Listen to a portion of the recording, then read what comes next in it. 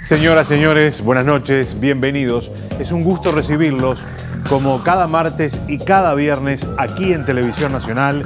Está comenzando 3356.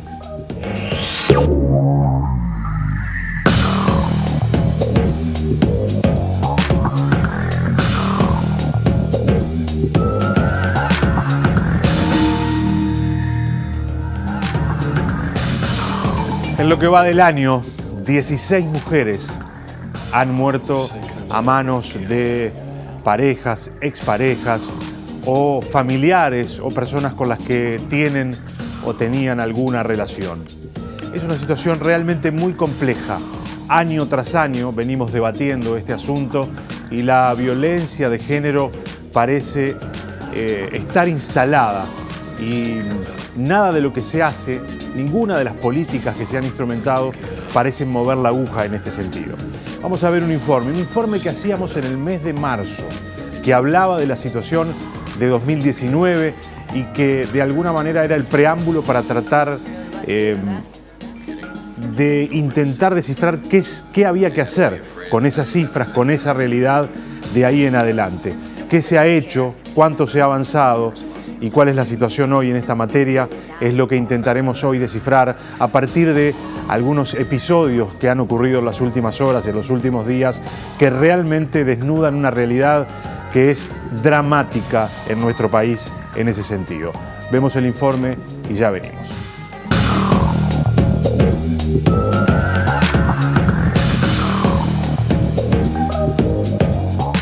En 2018 hubo 28 femicidios y 39.481 denuncias de situaciones de violencia ocurridas en contexto de género. En 2017 fueron 30 las mujeres asesinadas por sus parejas y exparejas. La cifra de denuncias ha ido en constante aumento desde el año 2002 a la fecha, debido a que la aprobación de la Ley de Erradicación de la Violencia Doméstica comenzó a construir un marco de seguridad y garantías para las mujeres víctimas a la hora de denunciar. En 2004 la cantidad de denuncias apenas alcanzaba las 7.000. La violencia doméstica es considerada en Uruguay el delito más frecuente después del hurto. En el 2017, la Red contra la Violencia Doméstica y Sexual recibió 30.000 denuncias, lo que promedia en una cada 14 minutos. En los datos brindados por el Ministerio del Interior, se indica que el 41,3% de los homicidios fueron cometidos por su expareja, el 17,4% por un familiar, el 13% por un amigo o conocido, el 6,5% por alguien con quien no tenía relación y el 21,7% de estos casos el vínculo es desconocido.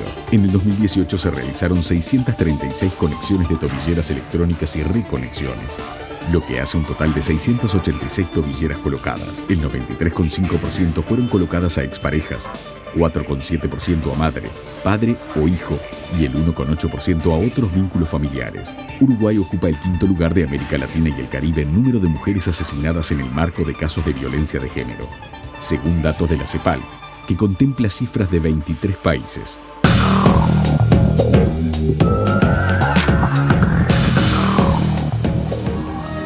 Además de las muertes, esas que les decíamos al comienzo, que obviamente son la manifestación más radical de la violencia, hasta el último día del mes de agosto se habían realizado 20.100 denuncias, 20.100 denuncias de violencia doméstica, de violencia de género. Realmente es impactante y vamos a conversar de estos temas con Mariela Mazzotti en el primer bloque de nuestro programa de InMujeres del Ministerio de Desarrollo Social y después nos acompañarán Andrea Tuana de la ONG El Paso y Soledad González de Cotidiano Mujer. Hacemos una pausa y ya venimos.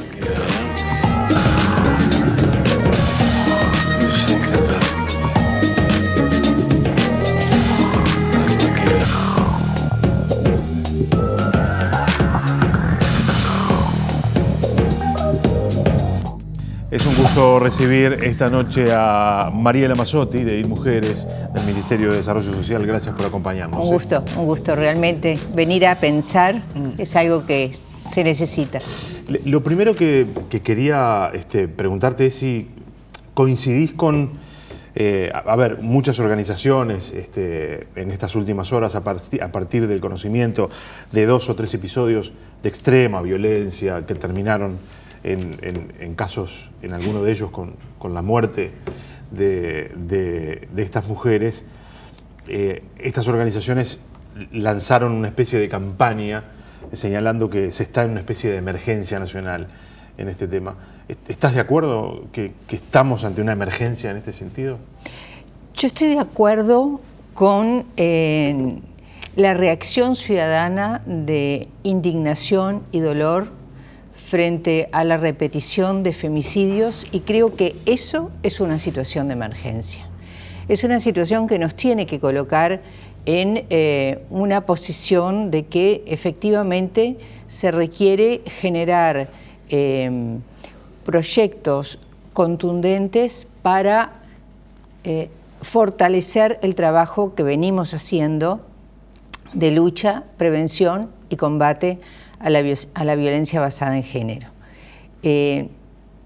Decir eso significa pensar lo que estamos haciendo y también significa planificar. Estamos en un momento de finalización de una administración, entonces se trata de actuar en estos momentos con los distintos dispositivos que tenemos. Sabemos porque en los 10 años en el festejo de los 10 años de la División de Violencia de Género, el Ministerio de Interior dio a conocer que va a aumentar el número de tobilleras de aquí a fin de año, un instrumento... Se esperan cerca de 1000, ¿no? Se esperan cerca de 1000 a fin de año, un instrumento que realmente garantiza o ha garantizado hasta el momento las medidas cautelares que dispone el juez. El Instituto de las Mujeres todo este año amplió sus servicios de atención. Ahora, en el mes de septiembre, vamos a inaugurar un centro de estadía transitorio en el departamento de Tacuarembó. Es decir, que venimos actuando, venimos fortaleciendo los distintos dispositivos que tenemos. Nos faltan los juzgados de violencia de género, que es algo que yo creo que se requiere urgentemente. La Fiscalía viene actuando, pero también consideramos que debemos de prever un fortalecimiento también en el número de fiscalías y en la unidad de víctimas y testigos. Uno de los reclamos que también se ha escuchado con mucha fuerza, no solo a partir de estos episodios, sino desde hace un tiempo atrás, a partir de la aprobación de la ley integral, sí, en realidad, es que no se dispusieron de los recursos que eran necesarios para la instrumentación de todos los aspectos de la ley. Y de alguna manera esto termina siendo una barrera para que la ley logre sus cometidos. Las leyes por sí solas no resuelven el problema que intenta resolver de manera mágica. Hay que poner allí recursos, en fin, una serie de dispositivos que hay que desplegar junto con las leyes. Y no se ha hecho.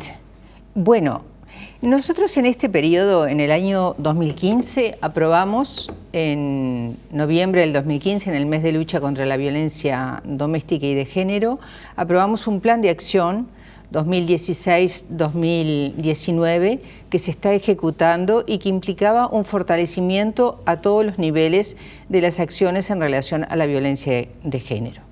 Además de eso, tenía una gran meta, que esa la cumplimos, que era elaborar en forma urgente un nuevo proyecto de ley que tuviera una mirada integral, que aclarara derechos que tienen las mujeres víctimas de violencia de género, que de alguna manera estructurara de alguna manera diferente el acceso a la justicia, que es uno de los deberes que tenemos más importantes, que se generaran, digamos, dispositivos vinculados a el resguardo del trabajo de las mujeres víctimas, que no pierdan sus empleos, en fin, una serie de cosas.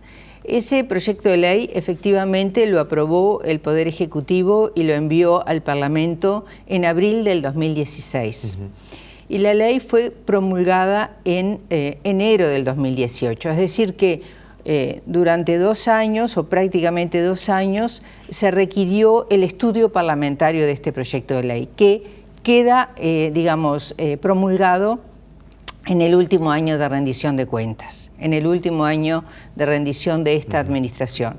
Efectivamente, de todas formas, hubo recursos adicionales, incrementales, para alguno de los ministerios, para el Instituto de las Mujeres, del Ministerio de Desarrollo Social, para Interior, para Vivienda, para alguna acción de carácter educativo preventivo en el marco de Presidencia de la República, algunos fondos presupuestales menor de lo que pidió la Fiscalía, pero el Poder Judicial quedó planteando que la solicitud que habían hecho no se había tomado en cuenta.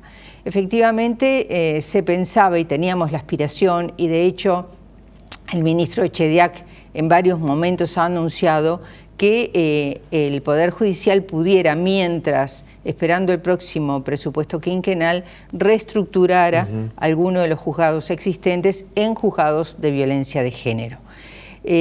Por tanto, la ley está vigente, vemos cómo la Fiscalía ha utilizado los nuevos delitos, sobre todo en relación a la violencia sexual, el abuso sexual y el abuso sexual especialmente agravado. Se ha aplicado muchos de los artículos que contienen la ley en el marco de los derechos de las mujeres víctimas, pero todavía el proceso de implementación cabal de la ley, que implica niveles de acción a nivel de la prevención, de asistencia, de protección, de acceso a la justicia, de reparación del daño que sufren las mujeres que han sufrido, que han quedado con lesiones permanentes, ya sean físicas o psíquicas, o nuestra preocupación por los niños o las niñas huérfanos de madre, fundamentalmente en muchos casos, hay veces que de madre y de padre. Bueno, requiere todos esos componentes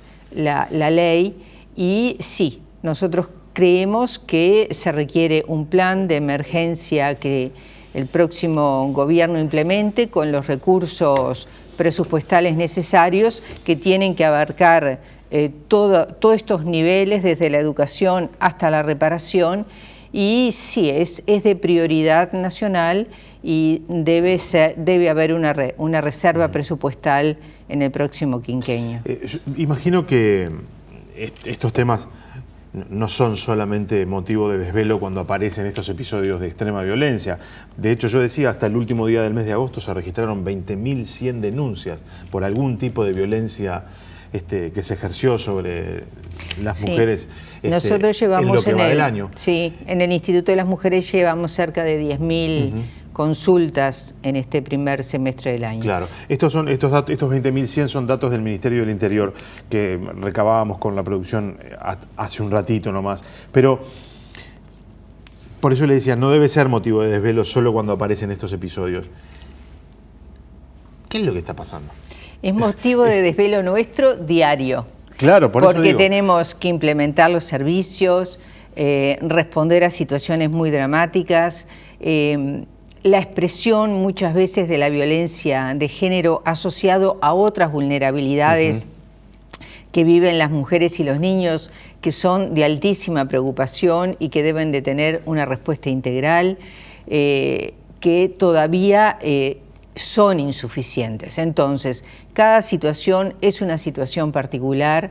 La vida de las mujeres víctimas de violencia es una vida compleja. Estamos hablando muchas veces de su pareja, hay veces que de muchos años, o de su expareja, a veces padre de sus hijos. Entonces, los vínculos son generan sentimientos muy contradictorios. Entonces, el acompañamiento permanente, la atención psicosocial, el acompañamiento legal, sí produce una preocupación cotidiana, y la necesidad de ir implementando distintos dispositivos con las mujeres y también con los hombres agresores, y la necesaria acción, y en eso estamos coordinando con la educación, coordinando con el INAU, coordinando con el INJU, para generar acciones también preventivas a nivel de la infancia y de la adolescencia. Esto se va a acabar cuando realmente hagamos un impacto fuerte a nivel del cambio cultural, para que la mujer, la niña, la adolescente no asocie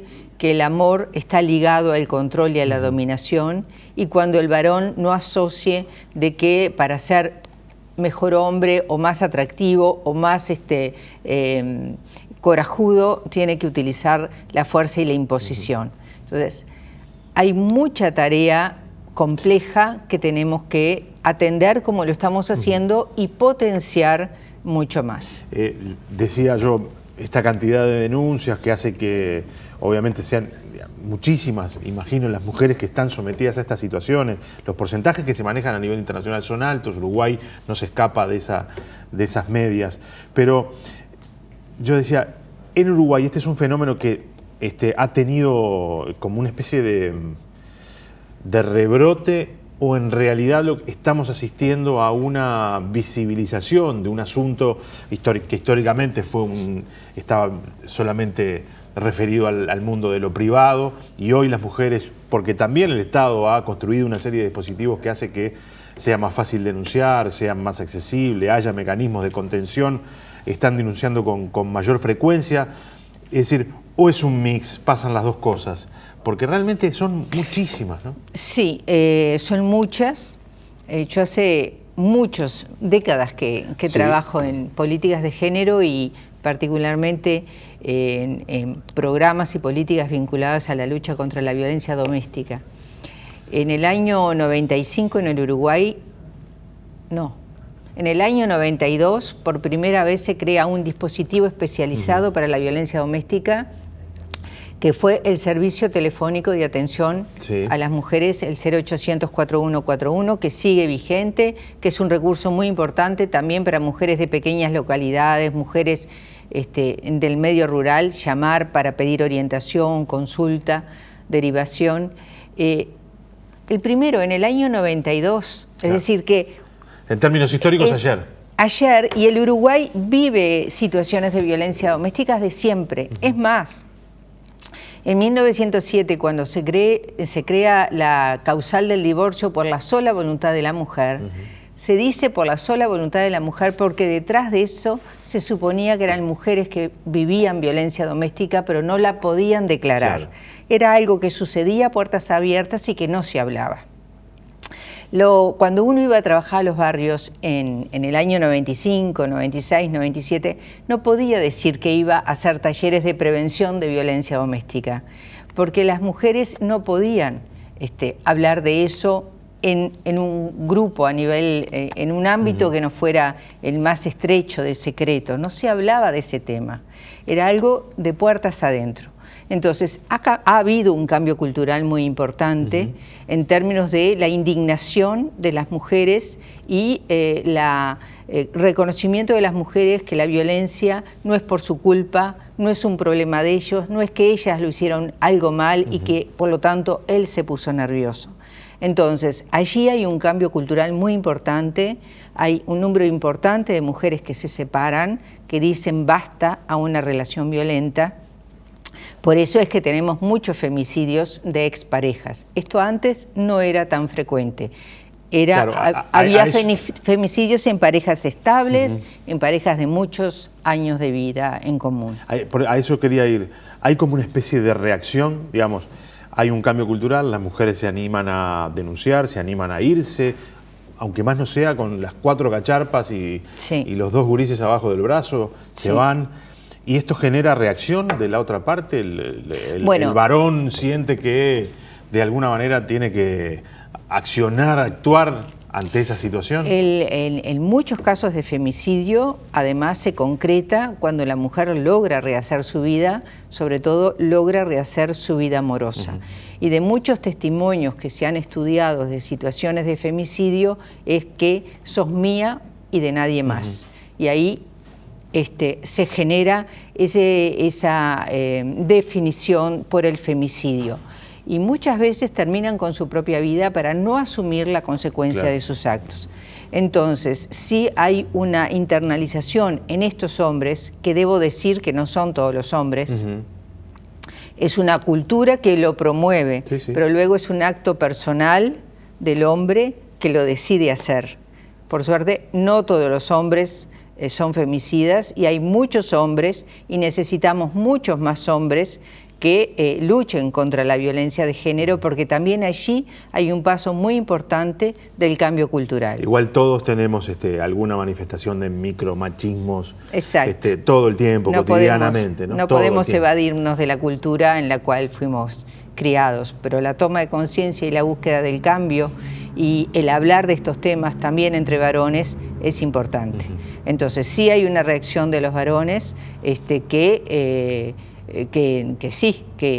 irrita y que puede generar procesos de la forma más aguda de la violencia de género, que es el femicidio. Hablabas de que uno de los asuntos centrales tiene que ver con el acceso a la justicia, ¿no?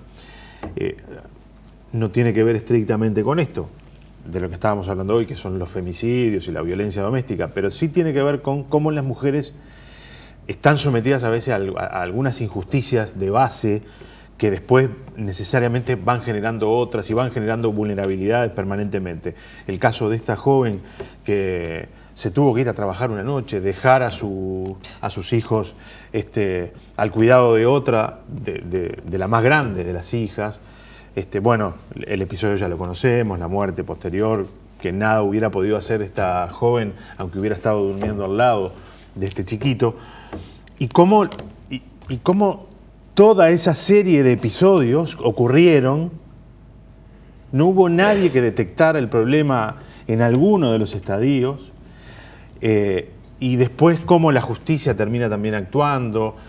Claro, pero ahí no estamos frente a un caso de violencia doméstica. No, ahí estamos frente de un caso de vulnerabilidad de una mujer. Ahí estamos en un caso donde el prejuicio social, cultural, y a mí me gustaría que un compromiso de los medios de comunicación fuera no subrayar esos prejuicios, sino acompañar los derechos de la víctima.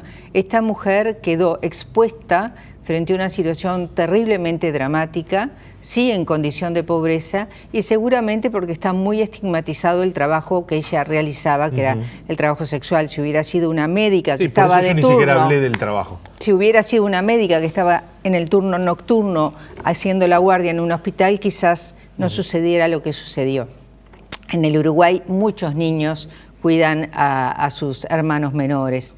Entonces sí, necesitamos, en el caso de la violencia doméstica, la cuestión de la autonomía económica, la posibilidad de que las mujeres tengan ingresos propios y puedan de alguna manera generar una vida con autonomía es muy importante. Por lo tanto, la vulnerabilidad por pobreza en relación hay a la violencias también, hay hombres que no se hicieron cargo, que pero se fueron, por favor, claro, que no pusieron lo que tenían que poner en la manutención de sus hijos. Ahí hay violencias que son simbólicas. El abandono de los hombres, de los padres, luego de la separación, es en el Uruguay de un nivel muy fuerte. Abandono no solo de las responsabilidades económicas, sino lo que es bastante trágico, del vínculo con sus propios hijos. La violencia doméstica no es solamente la violencia física y la femicida. Tenemos violencia doméstica, el maltrato, en desprecio, en falta de responsabilidad. Entonces sí, efectivamente, el abandono es una otra forma que encontramos en los vínculos de pareja o de expareja. Y ahí, y perdón que me siga metiéndome en este tema puntual, pero porque de alguna manera, repito, yo vinculo el asunto de las violencias como más amplio. Allí no faltaron cosas, ahí no faltaron dispositivos, no faltaron cosas que hicieran que esta mujer no estuviera tan sola. Porque uno da la sensación nosotros estamos implementando desde el 2015 el Sistema Nacional Integrado de Cuidados, que permite, por un lado, propugna la corresponsabilidad entre hombres y mujeres, entre el Estado y las empresas, que la tarea de cuidados no recaiga exclusivamente en las mujeres. Pero aquí había un trabajo nocturno. Entonces el cuidado de los niños en la noche es algo que ha habido demandas al sistema de cuidados. ¿Qué pasa en el sistema de salud y en otros sistemas que implican trabajo nocturno? Se presenta cómo se puede solucionar ese problema. Y allí está, entre las necesidades de la trabajadora o del trabajador que tiene a cargo niños, y la necesidad del niño de estar en su ambiente, en su casa, descansando. Entonces, hay una situación también que hay que resolver a nivel de las familias y a nivel de las comunidades, que no solamente puede estar a cargo del Estado. Ahora, la inserción laboral de las mujeres y garantizar inserciones laborales e ingresos dignos es una tarea que, bueno, que venimos haciendo y que sí se ha señalado que hay trabajos más insalubres para las mujeres que para los varones. Quien asuma la responsabilidad del gobierno en el próximo quinquenio tendrá que instrumentar planes, mecanismos para intentar construir una vida libre de violencia hacia las mujeres que en algún momento se empiece a cristalizar, ¿no? Empiece a ver datos positivos, vueltas de tuercas, ¿no? Sí, sin ninguna duda. Yo creo que tiene que ser un plan. Nosotros hablamos de un plan nacional de emergencia que esté en los primeros lugares de las prioridades del próximo gobierno, sin ninguna duda. Pero el trabajo es un trabajo que no se va a resolver tampoco de la mañana a la noche, porque tiene esta raigambre cultural que lleva tiempo. Lo que tenemos que tener son mecanismos de prevención y de educación, y son mecanismos también comunitarios, para cuando se percibe que una mujer está en esta situación, se la estimule no solamente a que haga denuncia, a que vaya, ¿no?, a los servicios de atención, que pueda hablar, que perciba indicadores de riesgo, porque muchas veces las mujeres no creen que están en una situación de riesgo. Claro. Entonces, bueno, hay mucho para hacer también. No descifran, digamos, no visualizan. Ahí está, esa es la palabra que yo quería transmitir. No logran percibir que lo que ve de la pareja o de la expareja tiene un grado de gravedad que puede atentar contra su vida misma. Mariela, gracias por habernos acompañado. No, muchas gracias a ustedes por este espacio. Hacemos una pausa, ya vienen Andrea Tuana y Soledad González de la ONG El Paso y de Cotidiano Mujer para seguir hablando de estos temas. No more having to care. More responsibility. More waiting to die.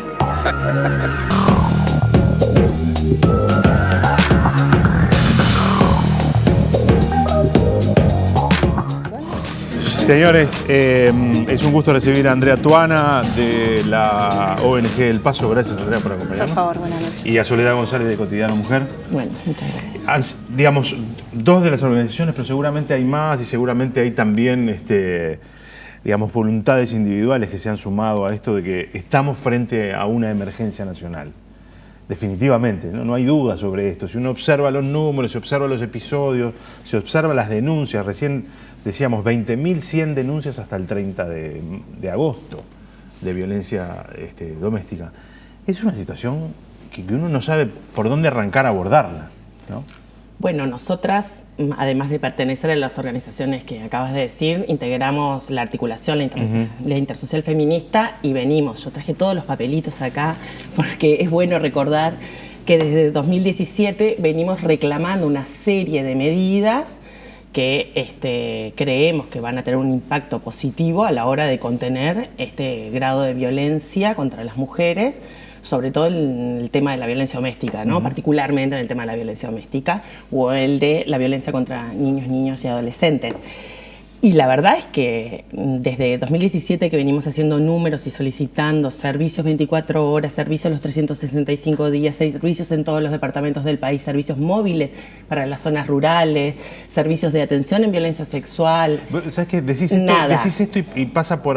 Uno, digamos, podría pasarlo por alto, decir, pero ¿cómo servicio 24 horas, 365 días del año? Como si la violencia doméstica se ejerciera en horario de oficina. Sí. ¿No hay servicio 24 horas? No. Ahora, si nos llama alguien por teléfono, si alguien se contacta ahora y está en una situación de emergencia, acaba de recibir una golpiza y está en la calle con 3 hijos, esa mujer no tiene a dónde ir más que a la comisaría a denunciar. Y después se tiene que rebuscar a donde pueda, en circunstancias en las que en general cuando la mujer llega a esos niveles de gravedad de violencia, no tiene un peso encima. No, claro. No tiene el celular, pero hay cosas que uno no se imagina. Por ejemplo, que el celular no tiene un solo número de teléfono amigo, porque el maltratador borra toda su agenda de contactos para que ella no pueda contactar a sus redes. Si no tenga redes. Entonces queda en la calle con sus hijos, con la única posibilidad de tener que volver a su casa, a donde está el maltratador. Esto es una cosa que nosotros vivimos cotidianamente. Parece muy torpe la pregunta que voy a hacer, pero imagino que ustedes esto ya se lo plantearon las autoridades. ¿Por qué no hay servicios 24 horas los 365 días del año? Bueno, nosotros venimos planteando esto de la emergencia nacional ya hace más de 3 años atrás, y cuando dijimos hay que declarar la emergencia nacional era para llamar la atención justamente de los decisores, ¿no? Quienes tienen dentro de sus manos la posibilidad de tomar decisiones, de generar presupuestos, de reorganizar y distribuir presupuestos para poder dar respuesta a la contingencia, porque en realidad acá hay que hacer un trabajo de largo plazo y hay que hacer un trabajo inmediato de contingencia. Nosotras pensamos que las tobilleras, fundamental, tener tobilleras a disposición. Va a haber 1000 a fin de año. Bueno, yo no sé si 1000 es sí, claro, alcanza o no alcanza. A mí me gustaría, a nosotras como el Ministerio del organizaciones... Interior, el anuncio que hizo el otro día es que faltaban 300 y compraban 100. No sé... No, 100 ahora, 200 antes de fin de año. No, hablamos hoy de tarde con Juli Zabaleta. No deberían comprarse las 300 ya, que hay 300 faltantes. Digo, sale $300 cada tobillera. $300. Claro. De esa cifra estamos hablando. Claro, porque además hay 300 en espera, todas las que se van a ir generando, y sabemos que la tobillera realmente es una medida efectiva. Entonces, si queremos bajar los femicidios, la tobillera es muy importante. Otro de los temas es servicios de atención 24 horas. Cuando decimos eso, decimos que sean servicios especializados, con un equipo técnico especializado del Instituto Nacional de las Mujeres o de la propia salud, poder tener retenes en los equipos de salud que sepan de violencia, que puedan acercarse a una puerta de emergencia y que puedan dar toda una orientación a la persona que está ahí. Pero además de eso, tener caminos de salida, porque vos podés decir a la persona, bueno, hacer la denuncia, pero ¿cuál es el camino de salida inmediato? No siempre se puede volver a la casa, porque no siempre se puede encontrar al victimario y ponerle una tobillera, no siempre la casa tiene las condiciones de seguridad, porque a veces son casas donde no tienen las cuestiones mínimas, se necesitan alguna respuesta de una semana, de 15 días, donde las mujeres con sus hijos puedan estar medianamente cómodas y seguras y protegidas. Todo eso está colapsado. Totalmente colapsado. O sea, lo que hay no hay lugar para que vaya incorporándose. La casa de seguridad tiene 30 cupos. La casa de medio camino tiene 15 cupos. Hay otra casa que es de medio camino también que tiene 20 cupos anuales. De esos cupos estamos hablando. Esto lo dice... Estamos hablando de 50 en total, 20, 50 cupos. Y si contás que hay niños en esos cupos, ni siquiera son 30 mujeres. Son menos mujeres, son más niños. De esos niveles son los servicios que hay hoy con 40.000 denuncias anuales. Entonces, la distancia entre lo que hay y lo que se necesita es enorme, enorme. Exacto. ¿Eso qué es? Cuando nosotros hicimos varias campañas ya pidiendo presupuesto para combatir la violencia contra las mujeres primero y luego pidiendo recursos para la ley integral, estamos hablando de esto. Estamos hablando de tobilleras en realidad, estamos hablando de casas de medio camino. Decía Andrea, las casas a veces no... Las casas no son seguras. A veces las mujeres viven en el barrio rodeadas de toda la familia del maltratador. Exacto. Entonces, más allá de que la justicia puede ordenar el retiro del maltratador, ella no puede permanecer allí, porque obviamente las condiciones de seguridad en su entorno no son las mejores. O sea, todo eso es una cadena de falta de recursos infinita. Y cuando hacemos foco en las tobilleras, bueno, sí, es verdad, podrían haber si tuviéramos una serie más grande de opciones de salida para los diferentes casos, porque no todos los casos son iguales. Estos son los muy graves. Claro. Después hay mujeres en las que hay que atender para ayudar a desvincularse y a reformular su vida afectiva, para que pueda vivirla libre de violencia. Eso requiere otro tipo de recursos, no estos. Sí, y otros dispositivos. Sin duda. Ustedes hacen hincapié en la tobillera. Las medidas que se han tomado a partir de la falta de tobilleras, que tiene que ver con la custodia policial, que en algunos casos ha sido cuestionada porque de alguna manera victimiza a la mujer, la somete a una especie de doble pena, ¿no? Tengo que estar todo el tiempo custodiada con alguien, y en realidad el que tendría que estar, digamos, sobre el que tiene que recaer una pena es sobre el agresor, ¿no? Ustedes, esa medida, la medida de la custodia... La custodia es el parche a la falta de tobilleras. La custodia no es la medida que toma la justicia. La medida que toma la justicia es la tobillera, salvo en excepcionales casos donde el agresor no está ubicado, pero que esos son 24, 48, 72 horas. En esos casos únicamente excepcionales es cuando la custodia tiene razón de ser en sí misma. Claro. Después es un parche a la falta de tobilleras. No es que la justicia ordena custodia, y la custodia ocasiona innumerables problemas. Entre otros, les quita movilidad. Ellas, si con custodia policial, solo pueden ir a trabajar, solo pueden ir al centro de salud y estar en su domicilio.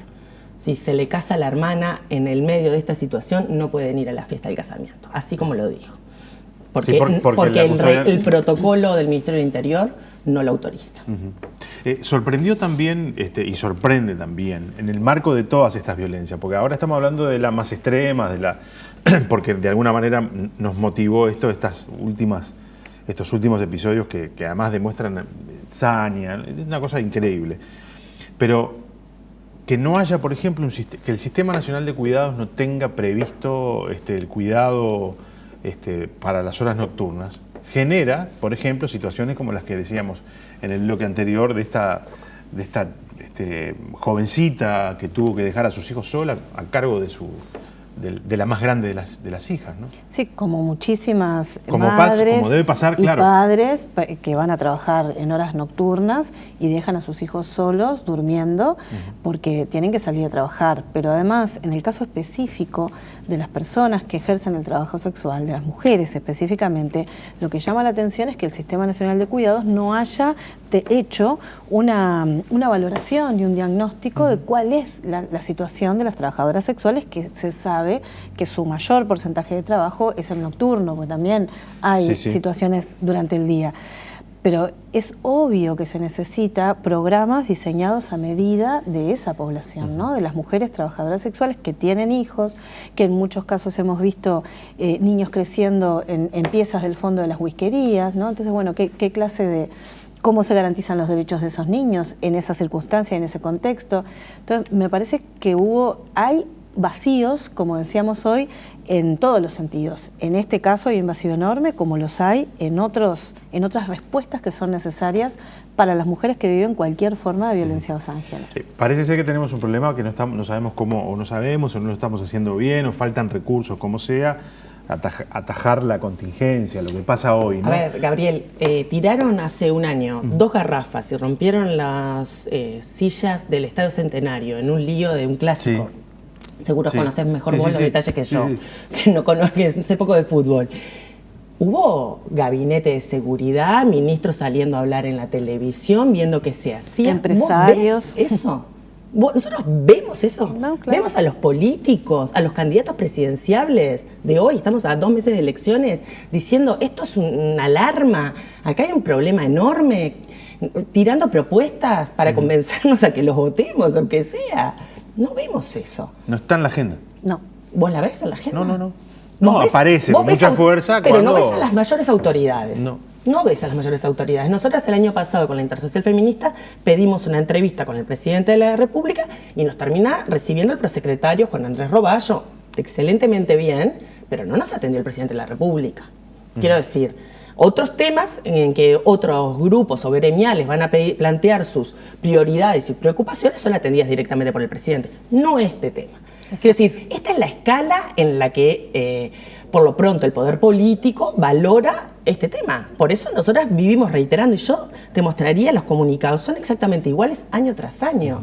Y nos reíamos irónicamente recién con Andrea mientras lo revisábamos, porque el último que hicimos con la Intersocial fue sacar un compromiso por la igualdad en el 8M, en el que pusimos tan poquitos puntos para la ley integral para que fuera firmado, para que todos los precandidatos lo firmaran. Solo lo firmaron los precandidatos del Frente Amplio, pero tampoco lo hemos visto levantar nuevamente los servicios de 24 horas, que no nos cansamos de repetir, que hasta yo me aburro de decirlo. La educación sexual integral desde la infancia, porque en esta cosa de que tenemos que atender en los diferentes niveles el problema, hay un problema que emerge, pero hay otro problema que es desestructurar este mecanismo que es lo que alimenta este tipo de violencia. Y para eso se necesita educación, se necesitan campañas de comunicación que tampoco ves. A esto quería llegar yo, porque está bien, no logramos contener la emergencia, porque no estamos logrando, lamentablemente. De fondo, sobre las cuestiones de fondo, ¿estamos haciendo cosas? No, es lo que menos estamos haciendo. Nosotras estamos convencidas, y hace muchos años que lo venimos diciendo, que si logramos colocar en la educación, desde que los chiquilines entran al CAIF hasta que salen, en el nivel que salgan, colocar la temática de educar en igualdad de género, educar en la prevención de la violencia sexual, de la violencia del noviazgo, seguro que dentro de 10 años este panorama cambia, pero no estamos dispuestos. Igual estamos hablando de, 10 años, pero ¿no? nosotros esto lo venimos diciendo desde el año 2002, que se votó la 17.514, donde colocamos en esa ley que se generara un Consejo Nacional Consultivo que generara políticas públicas, dentro de las políticas públicas, transversalizar este tema en la currícula de la educación, 2002. Fíjate que hoy estamos a 2019, hace 17 años que podríamos haber empezado a trabajar, quizás hoy estábamos en otro contexto. ¿Por qué eso no pasa? Porque este sigue siendo un problema de segunda, porque este sigue siendo un problema que afecta mayoritariamente a mujeres, niños, niñas y adolescentes, porque esto sigue siendo un problema que muchas personas lo consideran dentro de lo privado. Esto es un problema de lo privado, del hogar, de los vínculos. Muchos jueces, por ejemplo, pasan por alto delitos penales. Hay agresores que cometen delitos penales, amenazas, desacatos, amenazas de muerte, y en reiteradas oportunidades los jueces vuelven a decir que pongan medidas cautelares. Imagino que lo pasen a fiscalía. Esos señores tienen que enfrentar una condena, que vayan presos. ¿Qué custodia ni custodia para la mujer? Que los señores vayan presos. Ha dejado de pasar, por suerte, creo, al menos en términos generales, aquello de la mujer que iba a denunciar a la comisaría le decían, señora... Sigue pasando, no pasa en igualdad, pero sigue pasando. Antes te mandaban a tu casa, te decían cocínele algo al señor para que se calme. Pero te puedo decir, por ejemplo, un caso gravísimo que cayó de casualidad en Cotidiano hace 2 años, la chica que estaba en una situación de gravísimo riesgo, y que porque casualmente trabajaba cerca, por suerte vino a parar allí, había hecho 8 denuncias en seccional. Entonces, si vos tampoco tenés un dispositivo para que alguien haga seguimiento y controle, ¿por qué vino esta misma muchacha durante los últimos 5 años 8 veces a denunciar violencia doméstica y nunca más volvió? Eso tiene que haber se tiene que filtrar esa información, cruzar y decir... ¿Qué pasa acá? Esta muchacha no va a visitarla a un trabajador social, no recibe una llamada telefónica. Digo, porque hay muchas mujeres que han pedido ayuda de alguna manera, si bien este es un problema complejo, que sí es verdad, que una vez hacen la denuncia y después se arrepienten. La denuncia, nosotras decimos, quienes trabajamos en servicios, no es la primera medida, lo mejor es ir a hablar a un servicio especializado, pensar cuál es tu situación, cuáles son tus posibilidades, cómo pensás tu salida de esa relación, porque la denuncia en primera instancia... La denuncia policial, decimos. La denuncia policial en primera instancia, porque en los servicios especializados no se denuncia. Claro. Uno va a buscar apoyo legal y psicosocial, pero no se denuncia ahí. Es secreto, es confidencial. Sí, claro. Igual a mí me gustaría decir que quizás en las unidades especializadas y en la propia policía, quizás sea la institución del Estado que más avanzó, justamente en ese cambio, porque realmente era tan brutal, ¿no? Lo que se decía en las sedes policiales, que yo creo que hoy, obviamente, hay situaciones también, ¿no?, en donde suceden un montón de problemas. Ahora, en las sedes judiciales la cosa está bastante compleja, porque hace 17 años, en el 2012, se les puso la competencia especializada, familia especializada en violencia, pero no se ha compasado con capacitación y formación, que sí, por ejemplo, el Ministerio del Interior está capacitando. Uno pasa por la Facultad de Derecho y como mucho tiene un seminario sobre perspectiva de género, ¿no? No, pero obligatorio ninguno. Por eso digo, como mucho un seminario opcional. Bueno, Sí. Por eso te digo, y además... Son los tipos que después van a impartir justicia. El sistema de justicia no hace ningún esfuerzo, por lo menos el Poder Judicial y la propia Fiscalía, de estar en permanente formación y capacitación, pero además en generar los mejores jueces para estos lugares y los que tengan sensibilidad, formación y ganas de estar ahí. Y no que los manden a estos juzgados para venir del interior y acercarse a Montevideo, ¿no? Sí. Entonces uno ve realmente jueces fallando en donde, por ejemplo, ponen medidas recíprocas, que eso está prohibido, o sea, ellos mismos hacen cosas que están prohibidas por ley. Realmente eso es algo que nos preocupa mucho, nos preocupa el desborde de los equipos técnicos. Sabemos que hay técnicos que quieren hacer su trabajo adecuadamente, pero tú en 45 minutos no podés periciar un niño y definir si fue abusado sexualmente o no fue abusado. Eso es permanentemente lo que está sucediendo. Entonces la calidad de nuestra justicia para las mujeres y para los niños que sufren violencia es paupérrima, es lamentable. Bueno, tenemos operadores de la justicia que a ver, me voy a otro tema, pero que es digamos, podría ser perfectamente incluido, que negaron la existencia de la ley de interrupción voluntaria del embarazo. Bueno, allí Y no les pasó nada. O sea, Inventaron ignoraron la jurisprudencia existencia de una ley. Sí. Entonces, bueno, da para tanto, ¿no? Da para todo, como también hemos tenido un fiscal y un juez que no tomaron medidas en el caso de una chica que sufrió abuso sexual crónico por parte de su papá, que tuvo 2 hijos de parte de su papá, y no se le tipificó incesto porque no había escándalo público y porque, bueno, la chica estaba acostumbrada. Eso pasó en Rivera, que, bueno, el fiscal tuvo después una consecuencia, pero quiero decir, tenemos un sistema de justicia que lleva 200 años atrás en estos temas y no muestra voluntad e interés en ayornarse en uno de los principales problemas que tiene el Uruguay hoy, 40.000 denuncias de violencia basada en género. El nuevo Código del Procedimiento Penal, al hacer, digamos, público el proceso, ¿no ha mejorado en nada esta situación? No, porque... No llegan a juicio. La verdad es que en los casos gravísimos son los que llegan a juicio. En algunos casos que nos han llegado, que nosotros manejamos, cuando el juzgado especializado pasa a fiscalía, vos, porque hay un intento de homicidio, hay un delito grave, podés llegar a tener hora en fiscalía para 3 meses después.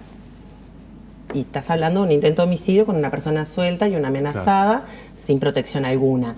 ¿Por qué? Porque están totalmente saturados, Entonces, y tampoco hubo rubros allí para destinar, para fortalecer, que fueron pedidos, tanto por la Fiscalía como por el Poder Judicial, para mejorar su atención, y tampoco se le destinaron rubros. Digo, porque es como un problema que no alcanza. Estamos llenos de voluntarismos. O sea, y muchos delincuentes no llegan ni siquiera a estar frente a un fiscal, porque no son considerados delincuentes. Claro. Porque, bueno, es el señor que se desbordó y que se enojó, que le amenazó porque quiere volver con ella. O sea, seguimos minimizando este tema. Entonces, me parece que la emergencia hoy es que este tema se coloque en la agenda y que llamar la atención a los grandes decisores de estos temas, porque tenemos mucha gente en el gobierno que está muy comprometida, pero no alcanza.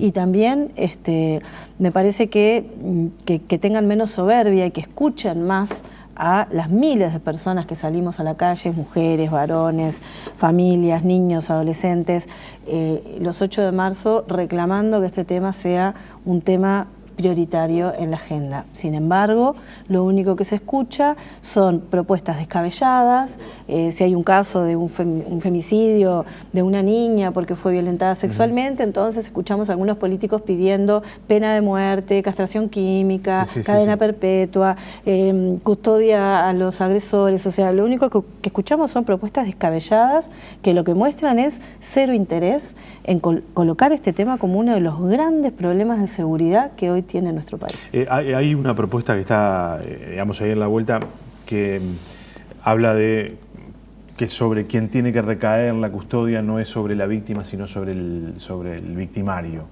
¿Lo escucharon? Sí. ¿Y eso ahí?